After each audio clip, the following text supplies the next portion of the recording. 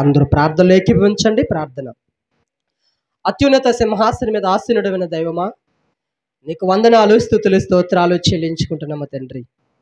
మరి గడిచిన వారమంతా మమ్మల్ని కాచి కాపాడి మాకు ఆరోగ్యాన్నిచ్చి, బలమునిచ్చి, శక్తినిచ్చి, నీ సన్నిధానంలో కొన్ని గంటలు గడిపి నేను స్తుతించగలిగి నీ విలువైన మాటల చేత మా ఆత్మీయ జీవితాన్ని బలపరుచుకునే గొప్ప భాగ్యమును మాకు దయచేసినందుకు మీకు స్తోత్రములు ప్రభా. నీకు వందనాలు ప్రభా. ఎవరికీ లేని భాగ్యమును మాకు దయచేస్తున్నారు. ప్రకృతి విపత్తు వల్ల ఎంతోమంది మరణిస్తున్నారు. అనారోగ్య పరిస్థితుల వల్ల యాక్సిడెంట్ల ద్వారా ఎంతోమంది మరణిస్తున్నారు. అలాంటి స్థితిలోనూ మమ్మలను మా కుటుంబాన్ని ఉంచకుండా మీ బలిష్టమైన రెక్కల చెట్టున మమ్మల్ని కాచి కాపాడి మాకు ఆయుష్ను, ఆరోగ్యాన్ని ఇస్తున్నందుకు నీకు స్తోత్రాలు తండ్రి. ఈ సమయంలో నీ విలువైన మాటలు మేము నేర్చుకొనిచుండగా, వింటుండగా వినగలిగే చెవులు, గ్రహించగలిగే మంచి మనసును మా అందరికీ మీరు దయచేయండి. కొన్ని నిమిషాలు నీ పక్షాన నిలవబడి నీ చిత్తానుసారమైన బోధలు చేస్తుండగా నన్ను మీరు మరుగుపరచండి ప్రభా తండ్రి. సమయోచితమైన జ్ఞానమును, మీ పరిశుద్ధాత్మ దేవుని సహాయమును నాకు నిండుగా మీరు అనుగ్రహించమని మేము ప్రార్థిస్తున్నాను తండ్రి.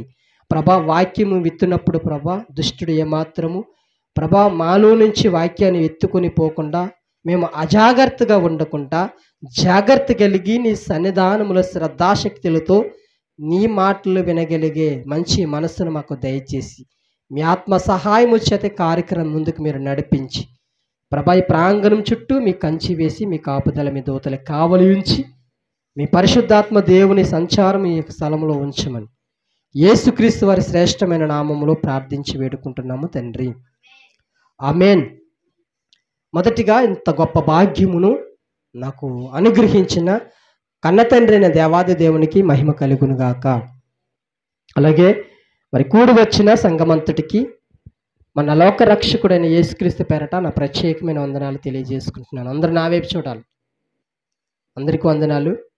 అలాగే మూలపేటలో నివాసం ఉంటున్న గ్రామ కాపురస్తులకు, పెద్దలకు, చిన్నలకు, ప్రతి ఒక్కరికి కూడా యేసుక్రీస్తు ప్రార్థన మందిరం తరపున మా ప్రత్యేకమైన వందనాలు మీకు తెలియజేస్తున్నాము. మీరందరూ క్షేమంగా ఉండాలని, మీరందరూ ఆరోగ్యంగా ఉండాలని, ఈ గ్రామము దేవుడు ఆశీర్వదించాలని, అభివృద్ధి పొందాలని మేము ప్రార్థన చేస్తున్నాము. చాలా సంతోషము. దేవుడు మీ అందరికీ మంచి ఆయువు ఆరోగ్యాలు ఇవ్వాలని మనస్ఫూర్తిగా కోరుకుంటున్నాము. దేవునికి స్తోత్రం కలుగును గాక. హల్లెలూయా. ఒక మంచి సందేశాన్ని మనం వింటున్నాం కనుక శ్రద్ధాశక్తులతో మీరు వినండి. అల్లరి చేయకండి. ఎటువంటి డిసప్పాయింట్ అవ్వకుండా జాగ్రత్త కలిగి దేవుడు మాటలు ఎవరైతే వింటారో వారందరికీ దేవుడు అర్థమవుతాడు. దేవునికి మహిమ కలుగును గాక. ఈరోజు మనం చెప్పుకుంటున్న అంశం ఏంటంటే వినివారుమా గ్రహించేవారుమా, వినివారుమా గ్రహించేవారుమా. ఈరోజు చూడండి, ఎప్పుడైతే మనము క్రీస్తులోనికి వస్తామో, ఎప్పుడైతే మనము దేవుని సన్నిధికి వస్తామో మనమందరం ఏం చేస్తామంట? ఇప్పుడు చర్చికి వచ్చిన మనం ఏం చేస్తున్నాము? వింటున్నాం. ఏటి వింటున్నాం? దేవుని విలువైన మాటలు, వాక్యాలు మనం వింటున్నాం. మనం ఆ ప్రతి ఆదివారము దేవుని సన్నిధికి వస్తాము. దేవుని సన్నిధానంలో కొన్ని గంటలు కూర్చొని పాటలు పాడుతూ స్తుతిస్తూ దేవుని యొక్క వాక్యాన్ని మనం వింటాం. ఆదివారమే కాదు, శుక్రవారం స్త్రీల కూడికలో కూడా వింటాం. శనివారం సిద్ధపాటు కూడికలో కూడా మనం వింటాం. యవనస్తుల కూడికలో కూడా వాక్యాన్ని వింటాం. అంత మాత్రమే కాదంట, బహిరంగ సభల్లో కూడా దేవుని వాక్యాన్ని మనం వింటాం. సంఘం ఏర్పాటు చేస్తున్న ఉజ్జీవ కూడుకులు, ఉపవాస కూడుకులు, సిద్ధపాటు కూడుకులు, ఆత్మీయ మేలు కొలిపే కూడుకులు, సంఘ క్షేమాభివృద్ధి కొరకు ఏర్పాటు చేస్తున్న కూడుకులను మనం వింటాం. సెమినార్లు వింటాం, బైబిల్ క్లాసులు వింటాం, ఎక్కడ సభలు జరిగిన అక్కడికి వెళ్తాం, వీధి కూటాల్లో వింటాం, పెళ్ళిళ్ళలో మెసేజ్ వింటాం, ఆదరణ కూడుకుల్లోని, జ్ఞాపకార్థ కూడుకుల్లోనూ కూడా ప్రసంగాలు వింటాం. ఎన్నో విషయాలు వింటాం. ఇప్పుడు ఇక్కడ మందిరం పెట్టి దగ్గరికి 2 సంవత్సరాలు కావస్తుంది. ఇప్పుడు ఎన్ని మెసేజ్లు మనం విన్నాం, ఎన్ని ప్రసంగాలు మనం వింటాం. కానీ మనము గ్రహించం, ఆలోచించం. చూద్దాము. ఒక అద్భుతమైన మాటలు మన బైబిల్ గ్రంథంలో చూడగలిగితే, వాక్యాన్ని వినడానికి దేవుడు ఎలాంటి స్టేట్మెంట్ ఇచ్చాడో మనం ఒకసారి యాకోబు రాసిన పత్రిక మొదటి అధ్యాయము, యాకోబు గారు రాసిన మొదటి పత్రిక 19వ వచనము, యాకోబు రాసిన మొదటి అధ్యాయము, యాకోబు రాసిన పత్రిక మొదటి అధ్యాయము 19వ వచనములో ఒక అద్భుతమైన మాట దేవాది దేవుడు రాయించిన మాట నేను చదువుతున్నాను. నా ప్రియ సహోదరులారా, మీరి సంగతి ఎరుగుదురు గనుక ప్రతి మనుష్యుడు వినుటకు వేగురు పడవలెను. మనం వినడానికంట ఇష్టపడాలి, వినడానికి ఇష్టపడాలి, వినడానికి వేగురు పడాలి, వినడానికి వాక్యాన్ని వినడానికి మనం ఆశపడాలి. కానీ మాట్లాడడానికి నిదానించి మీరు మాట్లాడండి. వినేటప్పుడు మీరు వేగురు పడండి అంటున్నాడు. అంటే దేవుని యొక్క వాక్యాన్ని వింటున్న మనము ఇష్టపూర్వకంగా, మనస్సుపూర్వకంగా దేవుడు ఈరోజు నాతో ఏం మాట్లాడబోతున్నాడో అవన్నీ మనము జాగ్రత్తగా వినువారుగా మనం ఉండాలి. మాట్లాడడానికి నిదానించి ఉండాలి. కొంతమంది చూడండి, పెద్దలు ఏమైనా మాట్లాడుతున్నారనుకోండి, పుట్టుకు మన మధ్యలోకి వచ్చేస్తారు. పెద్దలు వచ్చి ఇంటి సమస్య కానీ, లేకపోతే ఏదైనా సమస్య కానీ, తగువులో కానీ, ఎక్కడైనా కానీ, లేకపోతే మనకి ఇచ్చే సలహాల విషయంలో కానీ పెద్దలు మాట్లాడేటప్పుడు పిల్లలు వింటారా? వినరు. వాడికి తెలిసింది ఒకటి, తెలియలేదు ఒకటి, మధ్యలో దూరుతుంటాడు. ఏం చేస్తూ ఉంటాడంటే మధ్యలో సడన్గా ప్రశ్నలు లేవనెత్తుతుంటాడు. వాడికి తెలియని విషయాలు కొన్ని మాట్లాడుతుంటాడు. కొంతమంది ఏమంటారంటే, బాబు ఫస్ట్ విను, నేను చెప్పేది విని తర్వాత నువ్వు మాట్లాడు అంటుంటారు. కానీ కొంతమంది ఏం చేస్తారు, మాట్లాడుతుంటానే మధ్యలో వచ్చేస్తుంటారు. దేవుని మందిరానికి వస్తున్న మనము చాలా జాగ్రత్తగా దేవుని వాక్యాన్ని ఇష్టపూర్వకంగా మనం అందరము వినాలి. ఆ విన్న మాటలు ఎవరి గూర్చి మాటలు మనం వినాలంట? కల్పనా కథలు, కట్టు కథలు, కల్పించిన కథలు మనం వినకూడదంట. మనం ఎవరి మాటలు వినాలంట? ఎవరి మాటలుంటే మనకి విశ్వాసం కలుగుతుందంట. చూడండి, అపోస్తలుడైన పౌలు రోమీయులకు రాసిన పత్రిక 10వ అధ్యాయము 17వ వచనంలో ఒక అద్భుతమైన మాట రాయించాడు దేవాది దేవుడు. మనం ఎవరి మాటలు వింటే విశ్వాసము కలుగుతుంది, ఎవరి మాటలు మనం వినాలి? పేజీ నెంబర్ 140 పేజీ నెంబరు, రోమపత్రిక 10వ అధ్యాయము 17వ వచనము. కాగా వినుట వలన విశ్వాసము కలుగును. అంటే ఒక మాట మనం వినడానికి వేగిర పడాలి. ఆ మాట వలన మనకి విశ్వాసము కలుగుతుంది. ఆ మాట ఎవరి మాట ఉండాలంట? ఎవరి మాట వినాలంట? వినుట క్రీస్తుని గూర్చిన మాట వలన కలుగును. మనం పెద్దమ్మో, మన పెద్ద ఆయనో, మన ఇరుగు పొరుగు వారు, గ్రామ పెద్దల వల్ల మనకి విశ్వాసము కలగదండి. వారి మాటల వల్ల మనం ఎవరి మాటల వల్ల మనకి విశ్వాసం కలుగుతుందంట? క్రీస్తుని గూర్చిన మాట వలన మనకి విశ్వాసము కలుగుతుంది. రోమపత్రిక 10వ అధ్యాయం 17వ వచనం, 10వ అధ్యాయం 17వ వచనము. విశ్వాసము కలగాలంటే మనము ఎవరు పడితే వారి మాటలు మనం వినకూడదంట. ఎవరి మాటలు వినాలంట? క్రీస్తుని గూర్చిన మాటలు మనం వినాలంట. ఆ విన మాటల వల్ల మనకి ఏం కలుగుతుంది? మర్చిపోయారా? విశ్వాసము కలుగుతుంది. యాక్టివ్గా ఉండాలి మీరు. ఏం కలుగుతుందంట? విశ్వాసము కలుగుతుంది. ఎవరి కోసం మనం వినాలంట? క్రీస్తుని గూర్చిన మాటలు మనం వింటే మనకి విశ్వాసము కలుగుతుంది. ఆ మాటలు వినడానికి మీరు వేగురు పడాలి, ఇష్టపడాలి, ఆనందపడాలి. అలాంటి మాటలు మనం వినాలి. మరొక మాట మనం చూద్దాం. ఆ మాట మనుషులను ఎలాంటి స్థితిలో నుంచి ఎలాంటి స్థితిలోనికి మలుస్తుందో మనము అపోస్తలుడైన పౌలు తిమోతికి రాసిన మొదటి పత్రిక 4వ అధ్యాయము 5వ వచనము.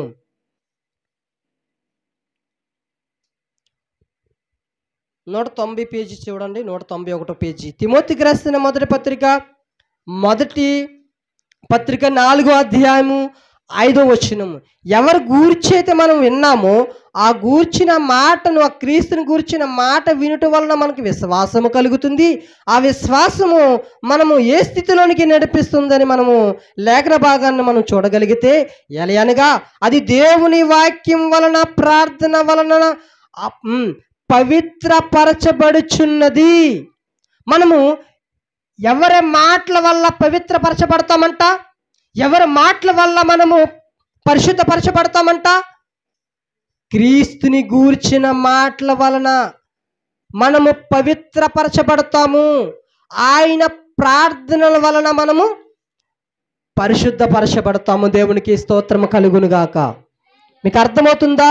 మనము మాట్లాడడానికి ఆగాలి, వినడానికి ఇష్టపడాలి. ఆ ఇష్టపడే మాటలు క్రీస్తు గూర్చినై ఉండాలి. ఆ క్రీస్తు గూర్చిన మాటలు మనం వింటే మనలో ఏం కలుగుతుందంట? విశ్వాసము కలుగుతుంది. అంత మాత్రమే కాదంట, ఆ మాటలు, ఆ దేవుని మాటలు, ఆ దేవుని వాక్యాలు మనకేం చేస్తాయంట?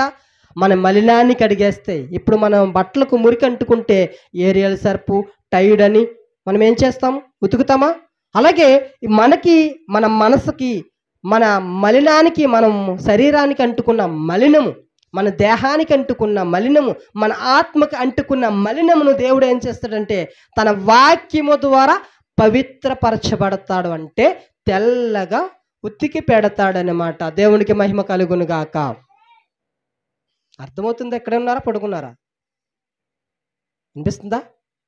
దేవుని మాట వలన మనము పవిత్రపరచబడతాము. ఎన్ని పాయింట్లు చెప్పాను? ఏం చెప్పాను? ఫస్ట్ మనం వాక్యం వినడానికి వేగిరపడాలి, ఇష్టపడాలి. ఆ ఇష్టపడే మాట క్రీస్తుని గూర్చినదే ఉండాలి. అలా ఉంటే మనలో విశ్వాసం కలుగుతుంది. అలా వింటే మనలో అపవిత్రత పోతుంది. మలినాన్ని మనము కడుక్కోగలము, మలినాన్ని మనం తీసుకోగలము. అంత మాత్రమే కదంటండి. కీర్తన గ్రంథము 119 అధ్యాయము 150 వచనములో 119 కీర్తన, మధ్య పేజీలోకి రండి. 119 కీర్తన 50వ వచనాన్ని మనం చూడగలిగితే, ఆ వాక్యము మనుషులను బ్రతికిస్తున్నదంట. దేవునికి స్తోత్రం కలుగును గాక. ఏం చేస్తుందంటే, మనం వాక్యాన్ని వింటాం కదా, ప్రతి ఆదివారం వస్తాం కదా, ప్రతి సంఘములో వింటాం కదా, స్త్రీల కూడికలో ఉంటాం, యవనస్తు కూడికలో ఉంటాం, బైబిల్ క్లాసుల్లో వింటాం, సెమినార్లో వింటాం, బహిరంగ సభల్లో ఉంటాం, పెళ్ళిలో వింటాం, ఆదరణ కూడికల్లో వింటాం, జ్ఞాపకార్థ కూడికల్లో ఉంటాం, ఎక్కడ సభలు జరిగితే అక్కడ వింటాం, ఎక్కడ యూట్యూబ్లో మెసేజ్ కనబడితే అక్కడ వింటాం. ఆ విన్న మాట వాక్యము మనల్ని ఏం చేస్తుందంట? బ్రతికిస్తుందంటండి. అంటే చనిపోతున్న మనలను, చావుకి దగ్గరికి వెళ్ళిపోతున్న మనలను దేవుడు ఏం చేస్తాడంట? బ్రతికిస్తాడు. తన మాటలకు అంత శక్తి ఉన్నది. దేవునికి స్తోత్రం కలుగును గాక. హల్లెలూయా. అంత శక్తి ఉన్నదండి, అంత బలం ఉన్నది దేవుని మాటకు. మన మాటల్లో మనం మాట్లాడితే గట్టిగా స్మెల్ వస్తుంది, లేకపోతే ఎవడొక్కడు బాధపడతాడు, ఎవడొక్కడు ఏడుస్తాడు. కానీ దేవుడు మాట్లాడితే మనం వింటే మనం బ్రతుకుతాం, మనం మలినం పోతుంది, మనం పవిత్రపరచబడతాం. ఆ మాటలకి అంత శక్తి ఉన్నదండి. అలా సూసైడ్ చేసుకోవడానికి వెళ్తాడు, దేవుడు మాట వినబడితే వెనక్కి వచ్చేస్తాడు తెలుసా? అలా ఫ్యాన్కి ఊరేసుకుంటాడు, దేవుడు మాట వింటే వెనక్కి వచ్చేస్తాడు తెలుసా? అలా ట్రైన్ కింద వెళ్దాం అనుకుంటాడు, ఎక్కడో గొట్టంలోంచి ఒక శబ్దం వినిపిస్తుంది, కుమారుడా నేనున్నాను, భయపడకు, నీ స్థితిగతులను మార్చగలిగే సమర్థత కలిగిన దేవుడు నేను, నీ మలినాన్ని, నీ బాధను, నీ వేదనను తుడిచివేసే దేవుడు నేనున్నాను, భయపడకు, తొందర నిర్ణయాలు తీసుకోకని ఒక వాక్యం వినబడుతున్నప్పుడు ఆ ట్రైన్ దగ్గర నుంచి పక్క వెళ్ళిపోయిన ఎన్నో సందర్భాలు మనం వింటాం సాక్ష్యాల ద్వారా. హాస్పిటల్ మరణ పడకల మీద నుంచి డాక్టర్ గారు వచ్చి, అయ్యా ఎన్నో రోజులు బ్రతకడు, రేపో మాపో చనిపోతాడు, ఆవిడకి ఏ కోరికలు ఉన్నాయో అవన్నీ మీరు చూడండి, అన్నీ తీర్చండి, మీరు మనస్ఫూర్తిగా మీరు మాట్లాడుకోండి, లోపల ఏమి అవయవాలు పని చేయట్లేదు, లాస్ట్ స్టేజ్కి వచ్చేసాడు, మా చేతుల్లో ఏమీ లేదు, మరణించేస్తాడు, మీరు సాక్షాంతకాలు పెట్టేసి హాస్పిటల్ కానీ మా డాక్టర్లు కానీ ఎటువంటి సంబంధం లేదు, మీ ఇష్టపూర్వకంగానే మీరు తీసుకొచ్చారు, మేము వైద్యం చేసాం, వైద్యం అందకపోతే చనిపోతాడని మీరు అందరూ ఇష్టపూర్వకంగా సంతకాలు పెట్టండి అనేసి సంతకాలు తీసేసుకుంటున్న వ్యక్తులు కూడా ఈరోజు బలముగా నిలబడ్డారు తెలుసా? మనతో పాటు గాలిని పీల్చుకుంటున్నారు, మనతో పాటు నీరును తాగుతున్నారు, మనతో పాటు బ్రతుకును ముందుకి సాగిస్తున్నారు ఎంతోమంది. డాక్టర్లు చనిపోతానన్నారే, డాక్టర్లు బ్రతకడన్నారే, ఎలా బ్రతికాడు? దేవుడు బ్రతికిస్తాడు. దేవుని మాటలకు అంత శక్తి ఉన్నది, దేవుని మాటలకు అంత ఆదరణ ఉన్నది, దేవుని మాటలకు అంత ధైర్యం ఉన్నదండి. అలాంటి మాటలు మనం వినాలంట. అంత మాత్రమే కాదంటండి, మనం చీకట్లో నడుస్తూ వెళ్తున్న మన బ్రతుకులను ఆయన దీపముగా కనిపిస్తుందంట. ఆ మాట చూద్దామా? కీర్తన గ్రంథం, అదే కీర్తన గ్రంథం 119 అధ్యాయము 105 వచనం. 105 వచనం ఏముందంటే వాక్యము, నీ వాక్యము నా పాదములకు దీపము, నేను ఎలా నడవాలో నాకు వెలుగును చూపిస్తున్నది నీ వాక్యము. దేవునికి స్తోత్రము కలుగును గాక. నా పాదాలకు దీపము, నా త్రోవలకు వెలుగునే ఉన్నదంటండి. నేను ఎలా వెళ్ళాలో చీకటిలో, నేను అంధకార చీకటిలోను, అపరాధముల చేతను, పాపముల చేతను, చీకటి బ్రతుకులో ఉన్న నన్ను వెలుగునిచ్చి, నాకు ఆ త్రోవ మంచిది కాదు, ఆ మార్గం మంచిది కాదు, ఆ మనుషులు మంచివారు కాదు, నువ్వు వెళ్తున్న ప్రయాణం మంచిది కాదని నాకు వెలుగు ప్రయాణంలో నడిపిస్తున్నది ఏమిటి అంటే దేవుడి యొక్క పరిశుద్ధమైన గ్రంథములో ఉన్న దివ్యమైన మాటలు. దేవునికి మహిమ కలుగును గాక. ఆయన మాటలకి అంత శక్తి ఉన్నది. ఏముందంట? శక్తి ఉన్నది, బలము ఉన్నది. మన పాదాలకు దీపముగా ఉంటుంది, మన త్రోవలకు వెలుగుగా ఉంటుంది, వెలుగు స్తంభముగా నిలబడుతుంది, మన బ్రతుకులను బ్రతికిస్తున్నది, మన మల్లాన్ని తీస్తుంది. ఆ వాక్యం వినడానికి మనం వేగిరపడాలి, ఇష్టపడాలి. తొందరగా రెడీ అవ్వాలి, తొందరగా నేను మందిరానికి వెళ్ళాలి, తొందరగా నా పనులు ముగించుకోవాలి. అయ్యో సమయం అయిపోతుంది, నీ సమయం అయిపోతుంది, నీ మందిరంలో గడపాలి, దేవుని స్తుతించాలి, దేవుని ఆరాధించాలి, దేవుని దివ్యమైన మాటలు నేను వినాలి, నా బ్రతుకుని మార్చుకోవాలని, ఆత్మీయ స్థితిని ఒక మెట్టు రెట్టింపు చేసుకోవాలని విశ్వాసములను ముందుకి మనం పరుగులు తీస్తే దేవుడు మన తోడుగా ఉంటాడు. మన బాధల్లోనూ, మన వ్యాధుల్లోనూ, మన శ్రమల్లోనూ, మన కష్టాల్లోనూ మనకు ధైర్యాన్ని ఇస్తాడు దేవుడు. ప్రపంచం అంతా ఒకవైపు ఉన్నా, నువ్వు ఒకవైపు ఉన్నా, నీకు ధైర్యాన్ని నిలబడగలిగే ధైర్యాన్ని నీకు ఇస్తాడు దేవుడు. ఆ మాటలు వినాలి. సభలకి వెళ్తావా? శ్రద్ధగా విను, శ్రద్ధగా బుక్ తీసుకో, శ్రద్ధగా రాసుకో. ఆదరణ కూడికలు వెళ్తావా? పెళ్లి మెసేజ్లు వింటావా? రాసుకో. పెళ్లి కుమార్తె ఎలా ఉంటుందో అక్కడ సేవకుడు చెప్తున్నప్పుడు రాసుకో. పెళ్లి కొడుకు ఎలాగుండాలో, పెళ్లి కూతురు ఎలాగుండాలో అన్ని దేవుడు చెప్తున్నప్పుడు చక్కగా రాసుకో. యవనస్తులు ఎలాగుండాలో అక్కడ రాసుకో. భార్య ఎలా ఉండాలో రాసుకో, భర్త ఎలా ఉండాలో రాసుకో, తల్లిదండ్రులు ఎలా ఉండాలో, పిల్లల్ని ఎలా ప్రేమించాలో అన్ని విషయాలు దేవుడు చెప్తున్న విషయాలన్నీ జాగ్రత్తగా రాసుకో. విను అంటున్నాడండి. అదొకటే చెప్పాడా? మీరు వాక్యం వినండి అన్నాడా? వాక్యం వినేస్తే ఏమైనా ప్రయోజనం ఉంటుందా? రోజుకి 100 మెసేజ్లు, రోజుకి 2 మెసేజ్లు, రోజుకి 10 మెసేజ్లు, ఎక్కడ సభలు జరిగితే అక్కడికి, ఎక్కడ సెమినార్లు జరిగితే అక్కడికి, ఎక్కడ కూడికలు జరిగితే అక్కడికి, ఎక్కడ మీటింగ్ జరిగితే అక్కడికి నేను పరిగెట్టి వినేస్తే ప్రయోజనం ఉంటుందా? అర్థమైందా నా మాటల? ఉంటుందా ప్రయోజనం? మరేముంటుంది?